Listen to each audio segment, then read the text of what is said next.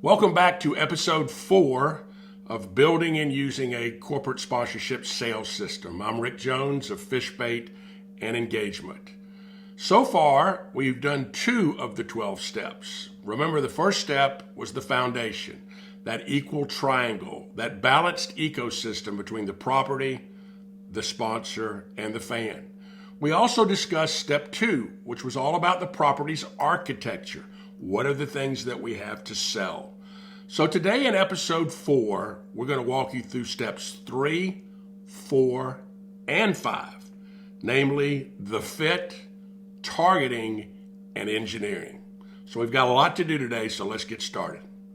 Step 3 is the fit. Consider the fit to be like flying an airplane and looking down at the ground. It's the 30,000 foot view of what's out there and what's available to you. Now I know this, most businesses and most brands can be the right fish, but the key is finding the perfect fit, the right asset with the right event for the right sponsor. So let's talk about criteria for the fit. And there are really 3. Number 1, the brands have to overlap. The audience has to be similar, and there has to be great commonalities and great compatibility. Number 2, they have to have the financial resources and the capabilities of buying into your property. And number 3, they have to have the correct culture and people to make sure that it is a great fit. Now, there are 3 steps to determining fit. The first one is to go back and review your architecture to decide who makes sense. And I'm going to give you an example today of a client that we used to have called the National Football Foundation and how we determine the fit for them. Let's think about the National Football Foundation. They're currently run by my good friend Steve Hatchell, but they've been around since 1948. In 1948, 3 industry leaders, Douglas MacArthur, the former general, Earl Blake, the head football coach at Army, and the great Grantland Rice, who was considered the top sports writer of his era, they got together to build an organization to build leaders through football. Now, that organization today oversees the College Football Hall of Fame. And so it starts with what are their values? What are the values of building leaders through football? Well, the way they do it is they have 121 chapters around the country, and there's a lot of similarity between the people that participate with the National Football Foundation. Let's talk about their brand positioning. Number 1, they're very American. They support an American sport, football, amateur football. They're very, very patriotic. They're also a very prestigious organization. Captains of industry are involved at the national level and the local level. People like Jerry Jones and Robert Kraft and Archie Manning and lots of those kinds of people. It's really a who's who on their board of directors. The brand is very upscale. It's about the best products. They're not a trendy organization since they've been around since 1948. They're very conservative, almost Republican-like, very club-like. For decades, they had their black tie annual dinner every year at the Waldorf Astoria. And I said black tie because that's the way they present themselves. They're also very multi-generational. You have fathers and sons participating. People like Archie Manning and Peyton and Eli, and soon their sons. So from a 30,000 foot view, what kind of brands fit this? Well, we felt like brands like Goldman Sachs or Fidelity Investments, or automobiles like Cadillac or Lexus, apparel companies like Brooks Brothers, and companies like Tiffany or Waterman Pens or Coach Leather. Those are the kinds of companies that fit from a 30,000 foot view, the National Football Foundation. The step 2 in determining fit is to go as broadly as you possibly can. Sit down, write a list of all of the categories and potential brands that seem to make sense. And then step 3, to find that very perfect fit, we have to really understand the prospect's business. And that leads us to step 4. Step 4 is targeting. And targeting is based on those other 3 steps. What's the architecture? What's the fit? And more importantly, how does it equally help the sponsor, the property, and the fan?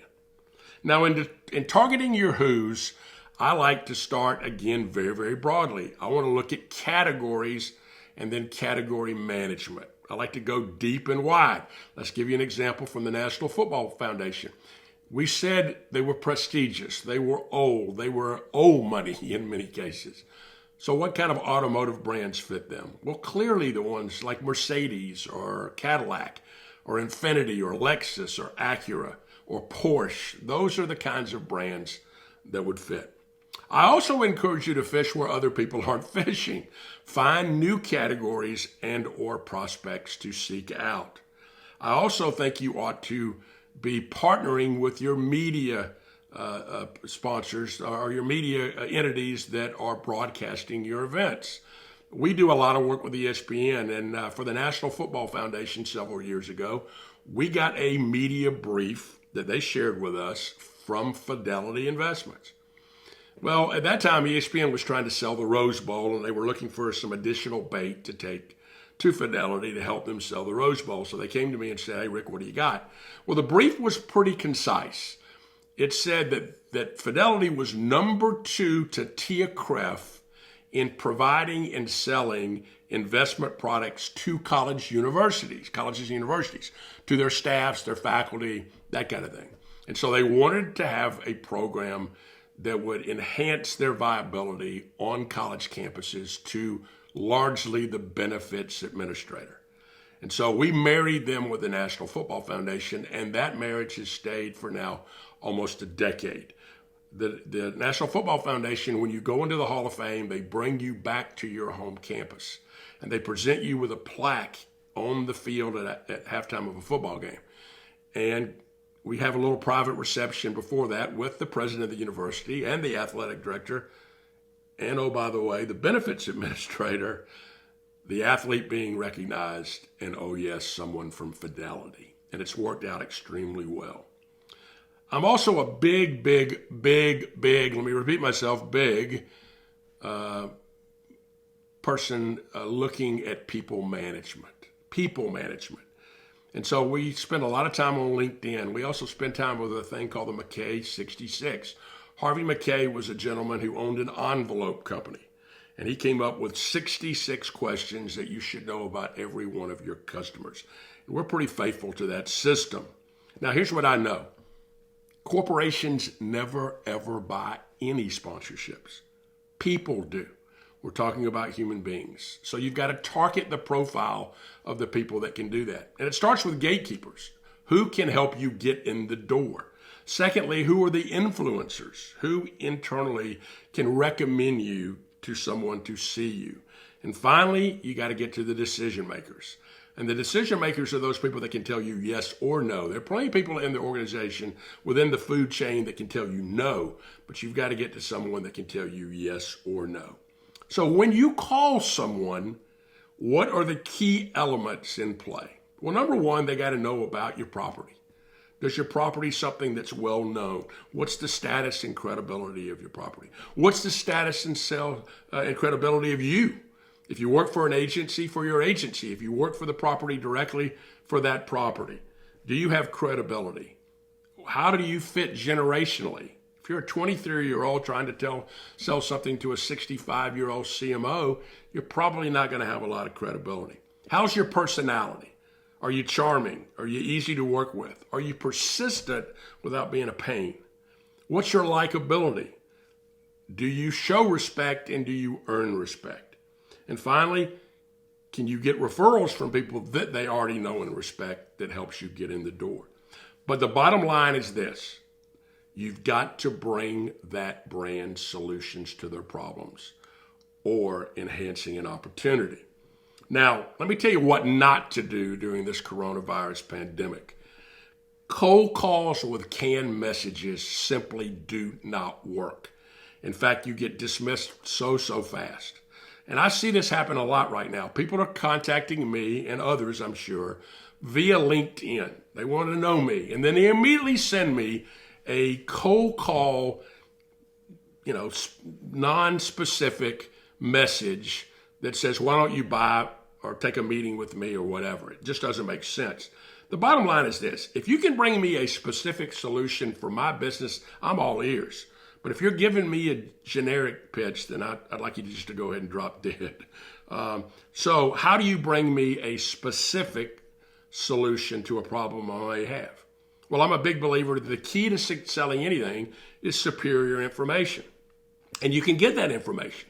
And that's called research. And so you got to do research and even more research. You got to read everything. You can read annual reports. You can read websites. You can read newspaper and magazine articles. You can look at social sites. We're pretty transparent at FishBait. You ought to know what we do. It says it on our website. This is what we do. So you ought to come to me and say, I can help you do what you do better. In order to be successful, you got to know lots about both the company and also about that human being, that person that's ultimately going to make the decision. You need to know about their likes and their dislikes, their biases, and their personality traits. Now, here's what I know. We sell country music. If you don't like country music, you're probably not going to buy it. I had a client years ago at Sears named John Costello, and John was a brilliant marketer, but he hated country music. Now, I went to him at some point and said, John, we've done all sorts of music things. We've done, Christina Aguilera. We had done Backstreet Boys. We had done Gloria Estefan. We had done Phil Collins. But I showed him the data that 64% of his customers preferred country music, but he didn't like country music. And no matter what I did, including bringing him an opportunity to sponsor Shania Twain, who had actually worked at Sears in Canada, still wasn't enough. If I'm selling college sports, I need to know where you went to college because you have a bias for your college. So I'm a big believer in people management. How do you manage people? You constantly stay in communications with them. I'm big on cutting out clippings. I'm an analog man. I like to cut clippings and say, I was thinking about your business, thought this might be something you would like, or sending them a link via an email or via a post of something that they may find interesting. I also like to bring them competitive information as long as I'm not betraying somebody's trust. I also believe in thank you gestures, especially for the gatekeepers, the administrative assistants that may get you in the door, or the influencers that help you. You can do things for their children. We used to take baseball hats for kids that had certain major league teams that they supported, or hats for colleges and universities. And then there's the mole. The mole is that person inside the organization you're pitching that will tell you what's really going on. And that may be the most valuable asset to having successful sales. Because firstly, you bounce the idea off the mole. And if the mole thinks it has merit, the mole will help you navigate within the organization to get you to where you need to be. So you always need to nurture and protect the mole. Now, as a salesperson, there's a process. And it's a 4-step process. And it works every time with every prospect. Number 1 is relating. The person on the other end has got to relate to you, and you have to relate to them. That's what you call building trust. Do they really believe you can bring them something of value? Do they relate to you? Step number 2 is the discovering thing. That's where you ask a gazillion questions and then shut up and listen to them. That will identify their needs. They'll tell you what their needs are. These are their needs. Step number 3 is then advocating. That's where you've taken their needs and you come back in and say, I've thought about your business, I've thought about your needs, and here's some recommendations how we can provide help. And finally, the last step is supporting, and that's creating satisfaction. Once they've bought from you, you're supporting to make sure that things actually happen.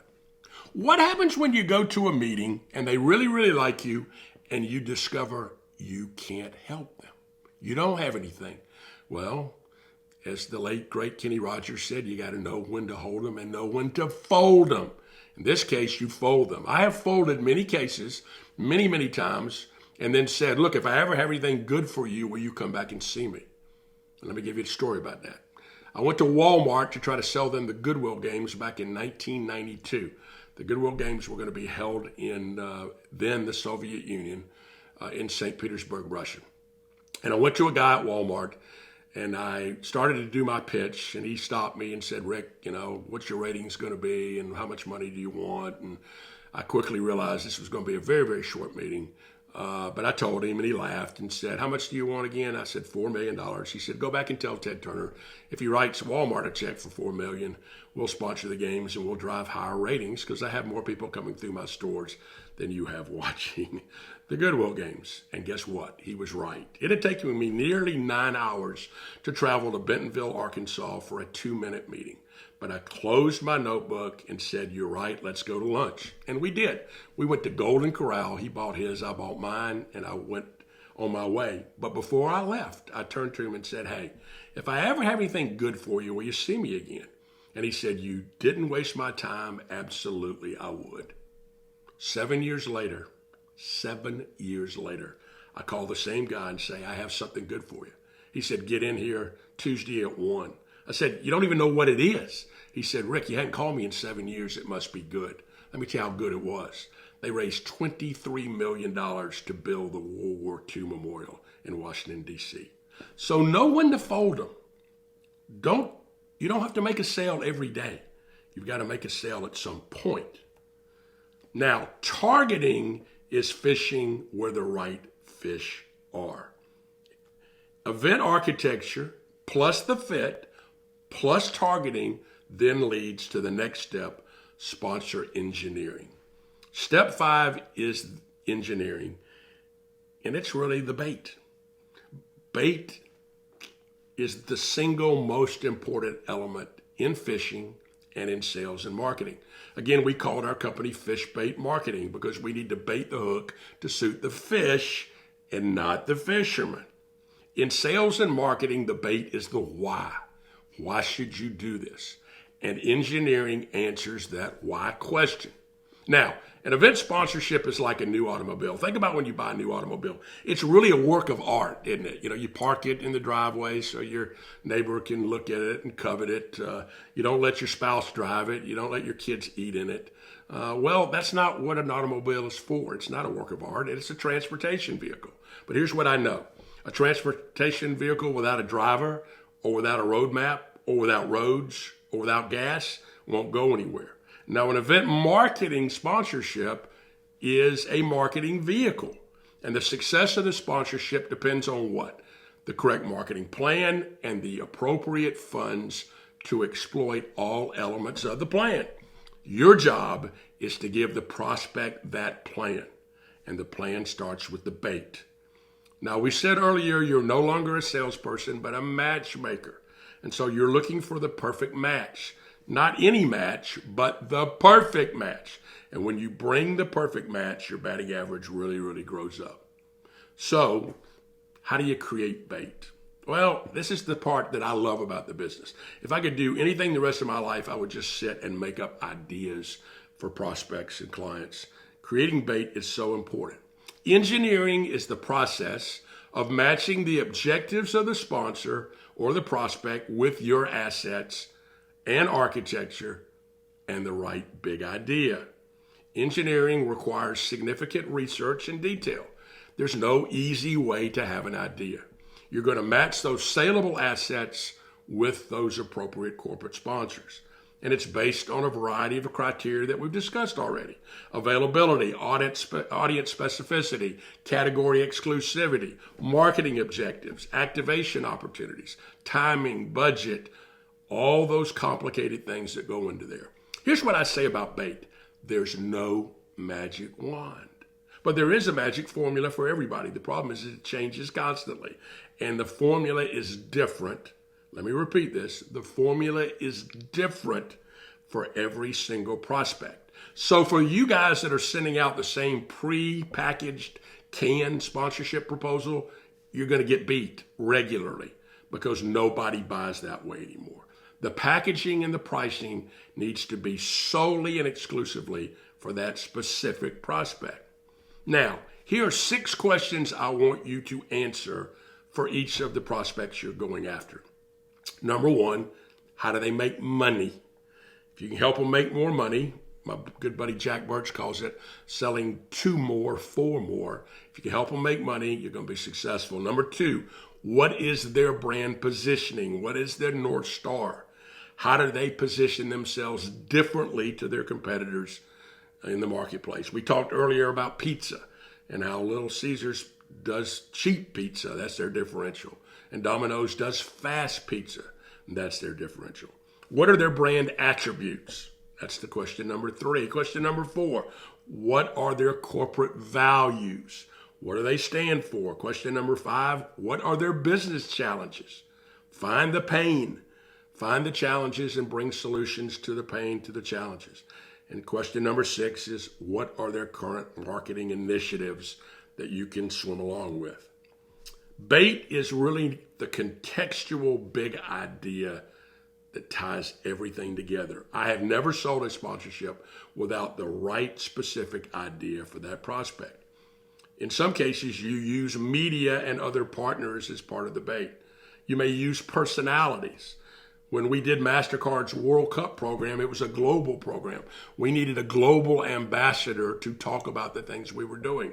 The best global ambassador was a guy named Pele, because everybody that knew anything about soccer in the world, and many people who knew nothing about soccer in the world, knew who Pele was.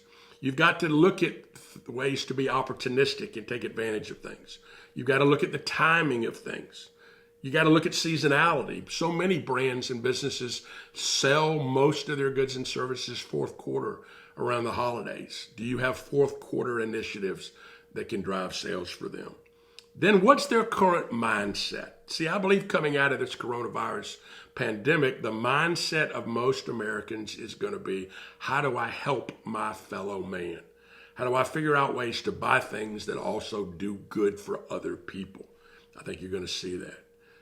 At the end of the day, though, the key word, the most important word in bait, is customized. Because here's what I know. Great fly fishermen tie specific lures. They tie ties for specific breeds of fish. Bait is all about consumer relevance and or other constituents' relevance. And it goes back to those platforms we've been talking about. What works for this particular category? What works with these particular assets? What works in these themes or swim lanes? What works in these specific mediums? This is a very important word. I've used it earlier today. The word is context. Context. That's the why specifically for that particular brand. It's the idea glue. It's that glue that holds together all of the assets. It holds together the sponsor, the fan, the activity, or the aggregate activities. The combination of property architecture, assets engineering, and customized sponsor bait produces the perfect proposition. So you've always got to use the right bait.